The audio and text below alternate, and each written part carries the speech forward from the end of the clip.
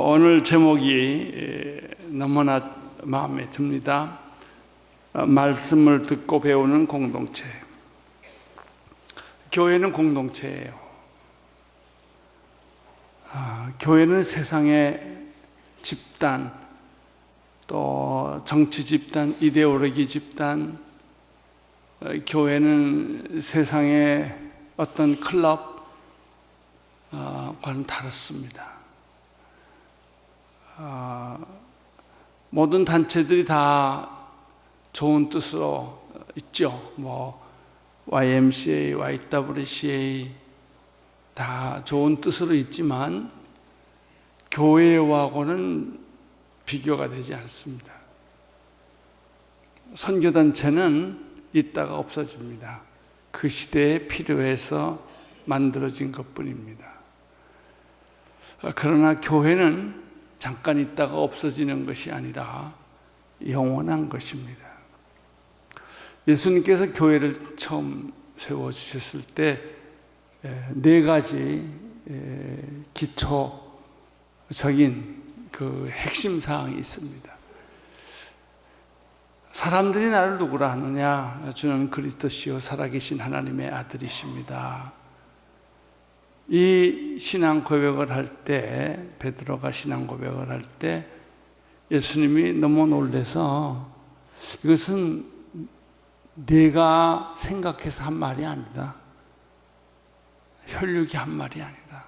하나님이 내 안에서 이 말을 하게 한 거다. 가끔 그래요.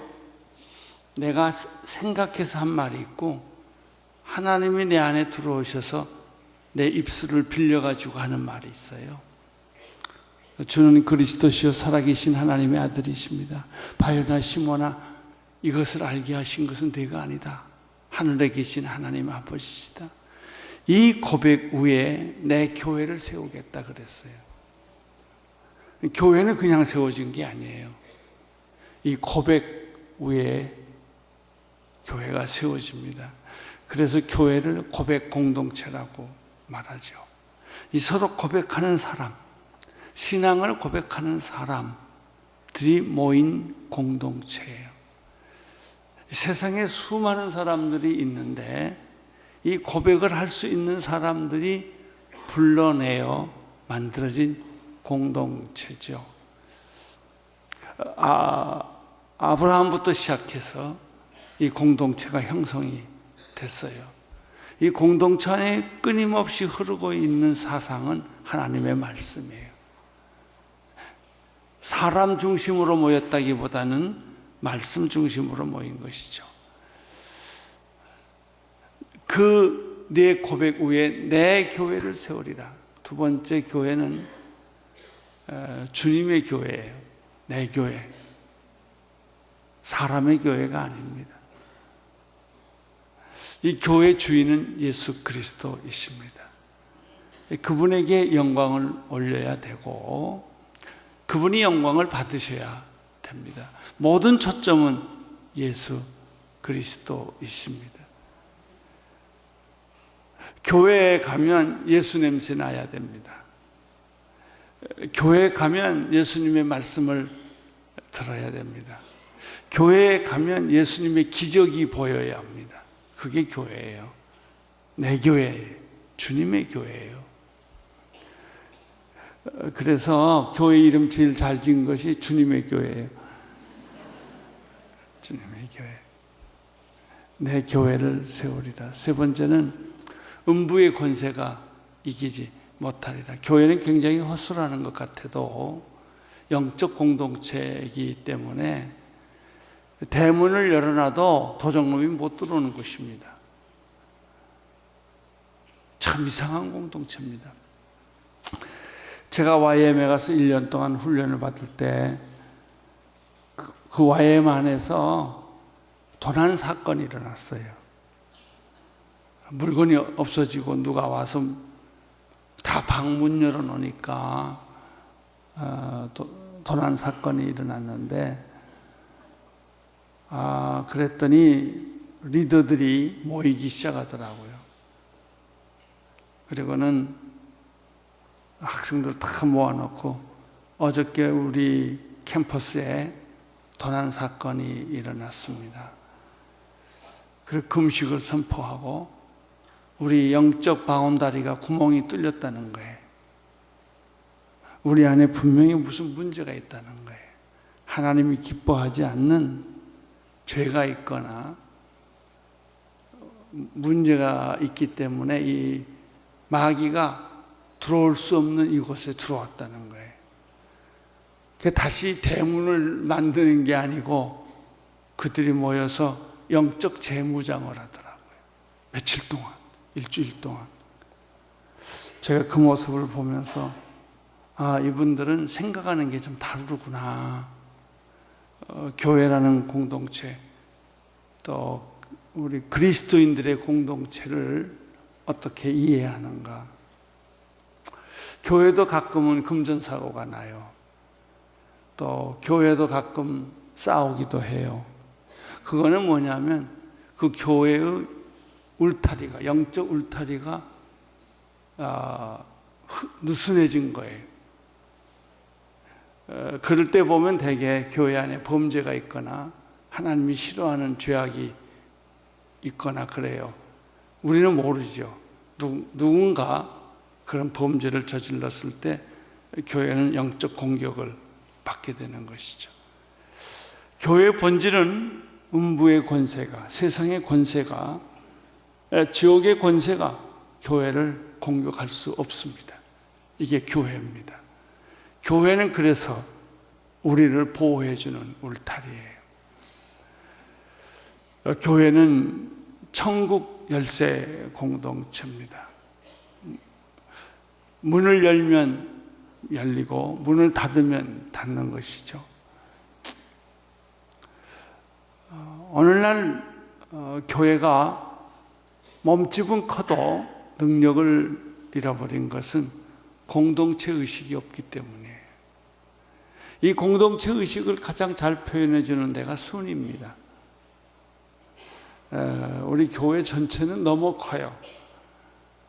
몇만 명, 감이 안 와요. 또 나 개인 한 사람하고 이 큰 교회 공동체하고 거리가 있죠. 담임 목사인 나는 이런 고민이 많아요. 어떻게 교인 하나하나가 이 큰 공동체 속에서 소속감, 하나됨, 손님이 아니라는 생각을 가질 수가 있는가? 가족이라는 생각을 가질 수가 있는가? 가족이 아프면 같이 아프고 병원에 데려가고 눈물을 흘리고 이게 가족인데 이것이 사실 교인들 사이에 이루어진 관계예요. 그것이 초대교회 공동체였고 교회의 진정한 모습이었죠. 예수님에 의하면 교회의 기본 단위는 두세 명이에요. 두세 명만 있으면 교회예요. 두세 사람이 내 이름으로 모인 곳에 내가 너희와 항상 있겠다 그러지 않았습니까? 그리고 교회의 맥시멈이 12명이에요. 예수님은 12명 이상 안 데리고 있었어요. 그렇게 많은 사람이 5,000명, 때로는 10,000명 이런 무리들이 따라다녔지만 예수님이 관리할 수 있는 사람은 12명 정도였죠. 사도행전은 120명이었어요. 오순절날 성령이 역사할 때가 120명이었어요. 그래서 우리 교회 순의 기본적인 숫자가 한 12명 정도. 그러면 서로가 서로를 알 수 있고 관리할 수 있어요. 나는 여러분 모두가 수 모임에 다 참여하기를 바랍니다. 수는 끼리끼리 모임은 진정한 순이 아니에요. 서로 모르는 사람, 서로 다른 사람 모여서 하나가 되는 거예요. 그게 신비한 하나님의 섭리죠. 서로 다른 사람, 서로 모르는 사람이 모여서 하나가 된다. 그래서 사실은 우리 교회 안에 좀 더 신경을 써야 되는 부분들이 탈북자들하고 외국인 근로자들이 나그네와 과부를 돌보라고 그랬는데, 특별히 나그네들을 우리가 돌봐야 돼요. 같이 피부색도 다르고 언어도 다르고 문화도 다르지만은 그들과 그리스도 안에서 한 교제를 이룰 수 있어야 돼요.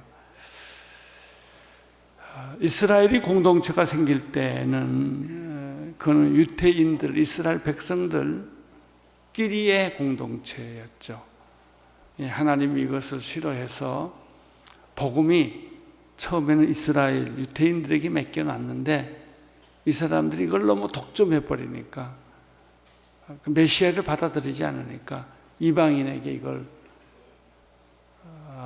전부 오픈해 버린 거예요. 사도 바울은 이방인의 사도가 그래서 됐어요. 지금도 예루살렘에 가보면 참 예수 믿는 사람이 거의 보기 어려워요. 자, 오늘 말씀 봅시다. 모세가 죽을 나이가 됐어요.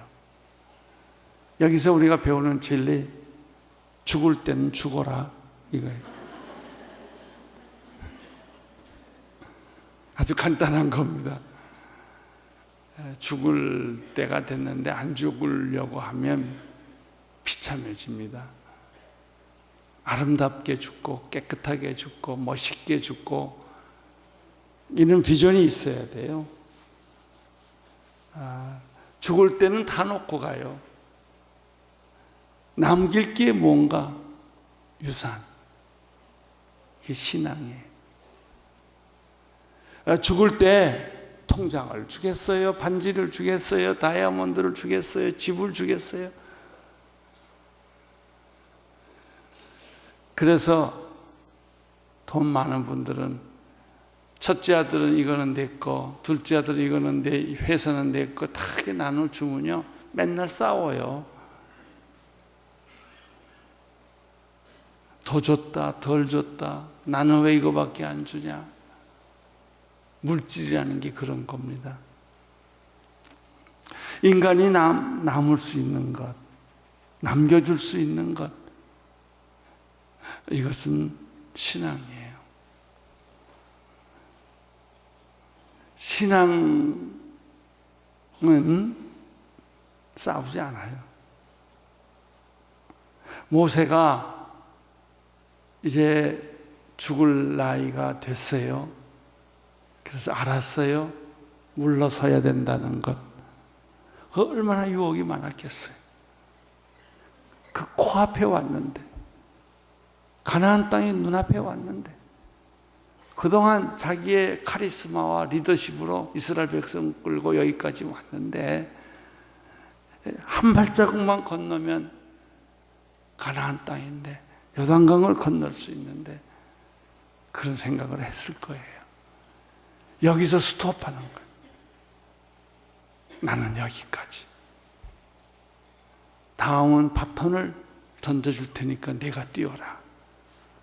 그리고 뒤에서 격려해주고, 그리고 뒤에서 멘토링을 해주고 도와주는 것. 이것이 역사의 전승이에요. 우리는 하나님의 공동체 속에서 몇 가지 중요한 원리들을 발견해요. 첫째, 하나님의 말씀이 있다. 그 말씀은 계속된다. 그 말씀은 전승된다. 아버지 때, 아들 때, 손자 때. 요즘 우리나라에서 제일 문제 삼는 것이 제너레이션 갭. 요즘은 1년 차도 갭이 있대요. 1년만 차이가 있어도 문화 차이가 있대요. 그러나 이스라엘 백성들은 다 그런 건 아니지만 그들에게는 그 나이의 차이, 문화적 갭, 컬처럴 갭, 제너레이션 갭이 별로 없어요. 왜? 하나님 말씀을 중심으로 살기 때문에. 할아버지도 성경 있고, 아버지도 성경 있고, 자식도 성경 있고, 후대들도 성경을 읽기 때문에 원칙은 하나예요. 그러니까 사고방식이 하나예요. 가치관이 하나예요. 이론이 없어요. 그것이 여기까지 온 거예요. 이스라엘 백성들이 중요한 것은 어머니가 유태인이어야 돼요. 왜? 성경을 배우고 가르치니까. 남자들은 돌아다니느라고 성경 못 가르치나 봐요. 바빠서. 모세도 그랬고요. 다 엄마가. 그래서 그 어머니가 민족을 살리는 거예요.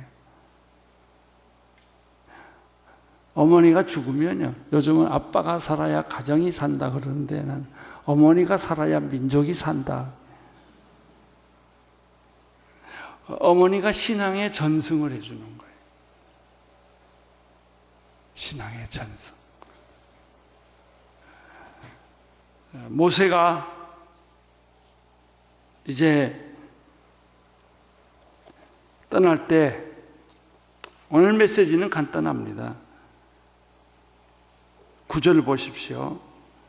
모세가 이 율법을 뭐 해냈고 써내려갔고 여호와의 언약궤를 짊어지는 레위의 아들들인 제사장들과 이스라엘의 모든 장로들에게 그것을 주었다. 간단하죠? 율법을 썼고 그거를 제사장들과 장로들에게 주었다 그 얘기예요.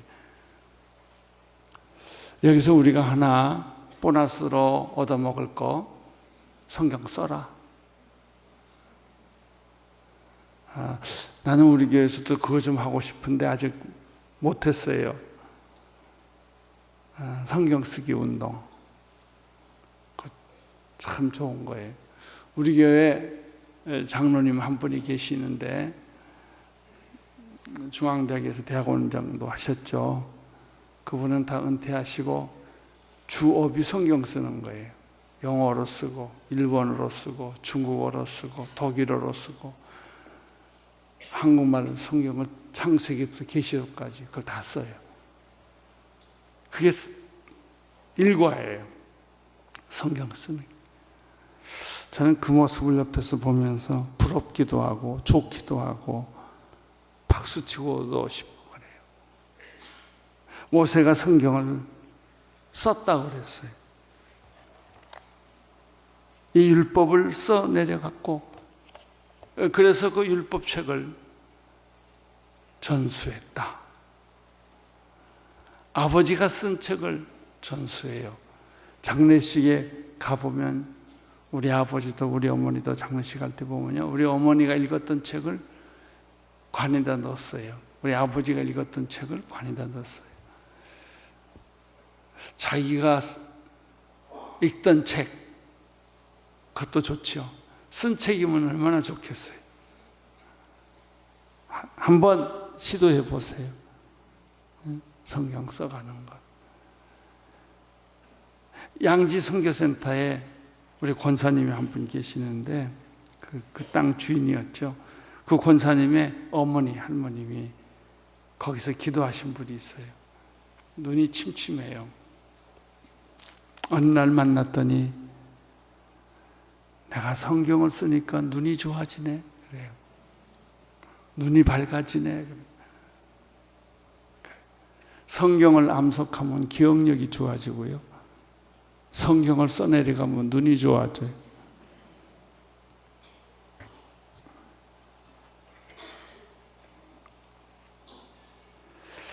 10절 그리고 모세가 그들에게 명령했습니다. 7년마다 빛을 탕감해주는 해 곧 장막절 동안 온 이스라엘이 그분이 선택하신 그 장소로 너희 하나님 여호와 앞에 나오면 너희는 이 율법을 그들이 듣는 앞에서 읽도록 하라. 중요한 포인트는 그들이 듣는 앞에서 읽도록 하라. 책을 써서 율법을 써서 리더한테 주고 그리고 온 백성들한테 그것을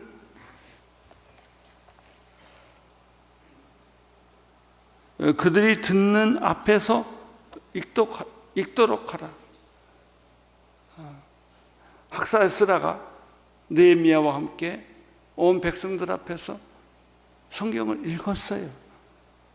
읽기만 해도 온 백성은 울었어요. 감동을 받았어요. 충격을 받았다. 요즘 우리는 말씀의 홍수 시대에 살아요. 테이프가 너무나 많고 TV를 틀어도 그게 좀 문제더라고요. 그냥 뭐 설교가 너무 많이 나오니까 헷갈려요. 그냥 샘물처럼. 말씀은 소중한 것인데 그런 생명수 같은 말씀, 달고 오묘한 그 말씀, 눈물을 흘리면서 듣는 그 말씀, 그런 말씀을 목마른 사슴이 시냇물을 먹는 그 말씀, 그 한 모금, 한 말씀, 그게 하나님의 말씀이에요. 그런데 이렇게 귀한 말씀을 사람들이 그렇게 지루한 말씀으로 바꿔버렸어요. 참 놀라운 능력이에요. 12절에 보면 남자나 여자나 어린아이나 이방인이나 온 백성들을 다 모아서 듣고 너희 하나님 여호와를 두려워하고 이 율법의 모든 말씀을 지키게 하며 13절 시작. 이 율법을 모르는 그들의 자손들이 그것을 듣고 너희가 요단강 건너가 차지할 그 땅에 사는 동안 너희 하나님 여호와를 경외하는 것을 배우게 하라. 듣고 말씀을 듣고 여호와를 두려워하고 경외하는 것을 배우게 하라. 자녀 교육의 원리가 뭐예요? 하나님을 두려워하게 하는 것, 하나님을 경외하게 하는 것. 그것보다 더 위대한 자녀 교육은 없어요. 잔소리라는 게 뭐냐면 두 번 말하는 게 잔소리거든요. 한 번 말하면 설교고 두 번 말하면 잔소리예요. 자녀 교육에 잔소리하면 안 돼요. 한 번 말하면 들어야 돼요. 그런 권위가 있어요. 그러지 마. 그러면 딱 들어야 돼. 이거 해. 그러면 딱 해야 돼. 여러분의 어머니 아버지가 그런 영적 권위가 있게 되기를 바랍니다. 그게 하나님의 말씀을 받은 자입니다. 교회는 결국 멘토링과 말씀을 가르치는 자가 있어야 될 거 아니에요. 배우는 자, 팔로워. 이것이 있는 거예요. 끊임없이 배우고 가르치고 배우고 가르치고. 그것이 1:1이에요. 사실 우리가 기가 막히게 좋은 보석을 가지고 있어요. 큐티 1:1. 그런데 또 우리의 주특기 그걸 그냥 보링하게 그렇게 재미없게 만들어버리는 재주들이 있어가지고 사람들이 그 좋은 큐티를 그렇게 감동 없이 읽을 수가 있어요. 지난번에 우리가 러브스 소나타 대만에서 했을 때 한 목사님을 만났어요. 날 보고 그래요. 밥 먹으면서.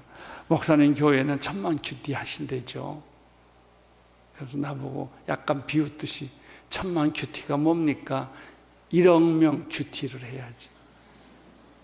왜 그러냐고 그랬더니 자기 중국은 13억이니까 1억 명 큐티를 해야 이게 말이 된다는 거예요. 한번 생각하니까 조금 부끄럽더라고요. 그 말이 맞습니다. 당신은 1억 명 큐티를 하십시오. 중국에서는 잡지가 못 나와요. 그래서 2달에 한 번씩 책을 엮어서 책같이 만들어요. 큐티를. 그 책을 얼마나 사람들이 좋아하는지.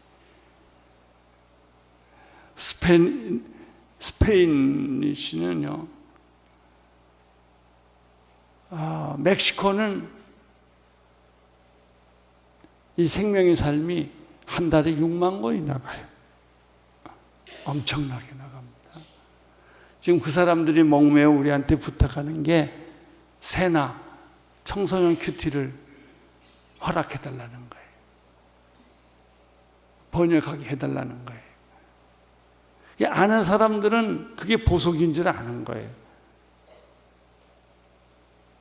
여러분, 이 큐티 한 권값이 얼마인 줄 아세요? 아세요? 3,500원인가? 그렇죠? 커피값도 안 돼요. 커피는 홀랑 마시면서 이 책은 안 사.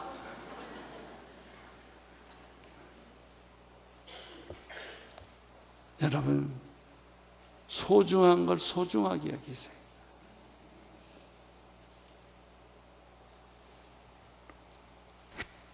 모세는 말씀에 목숨을 걸었던 사람이죠. 14절에 이렇게 말했어요. 여호와께서 모세에게 말씀하셨습니다. 이제 내가 죽을 날이 가까이 왔다. 할렐루야.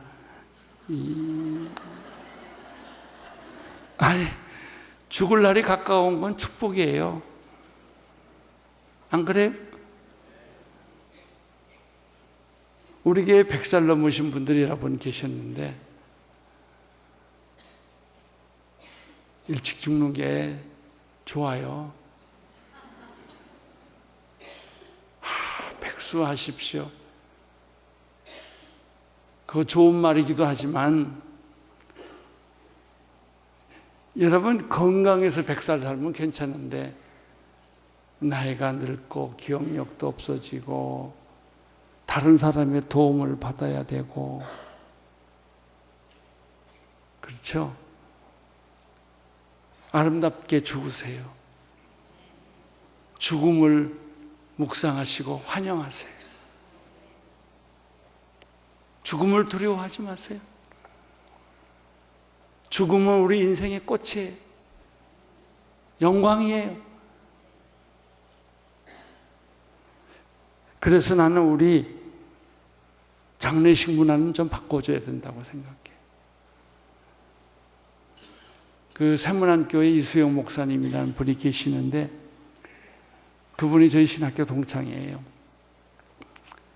그 아버님이 이동호 목사님이라고 유명한 작곡가였어요. 찬송가 작곡 많이 하셨어요.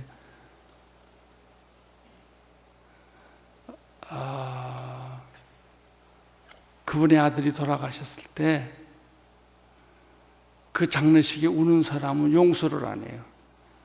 왜 이 기쁜 날 우냐고. 찬송을 부르고 기뻐하자고. 난 또 그런 분은 처음 봤어요. 그분은 인생의 본질을 꿰뚫은 사람이죠.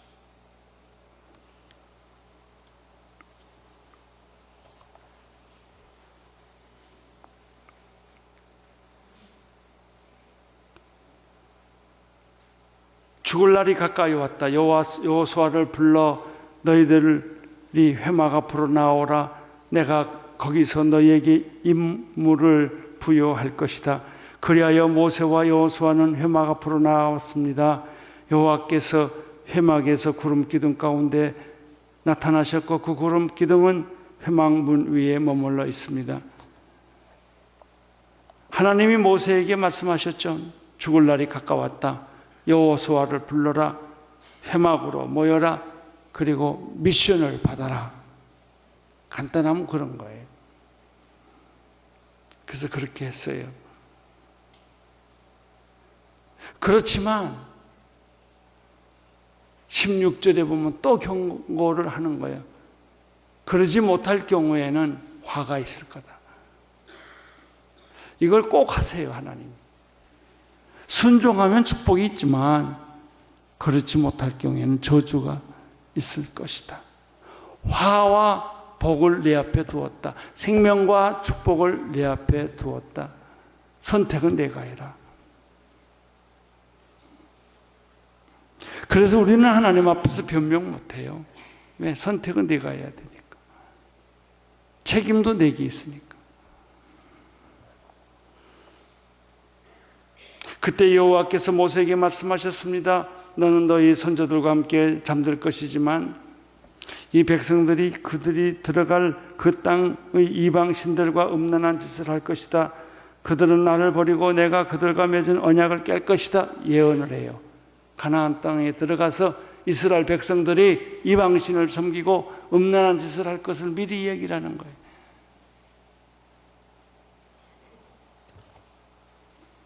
그날은 내가 그들에게 진노할 것이고 그들을 버릴 것이다. 하나님이 버릴 때는 무서워요.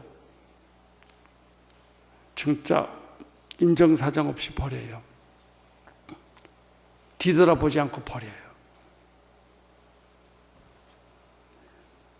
내가 내 얼굴을 그들에게서 어떻게 하고? 숨기고. 하나님이 얼굴을 가리워요. 숨겨요. 하나님의 얼굴을 드리울 때가 있고 숨길 때가 있어요.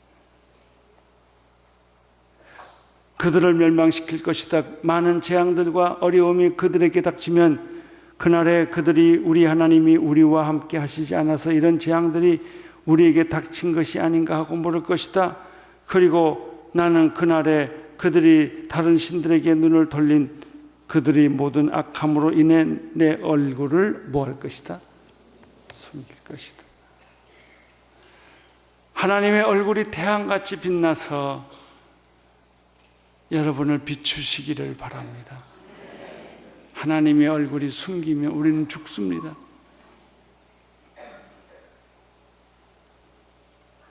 하나님에게는 변명이 안 통합니다. 하나님은 못 숨겨요.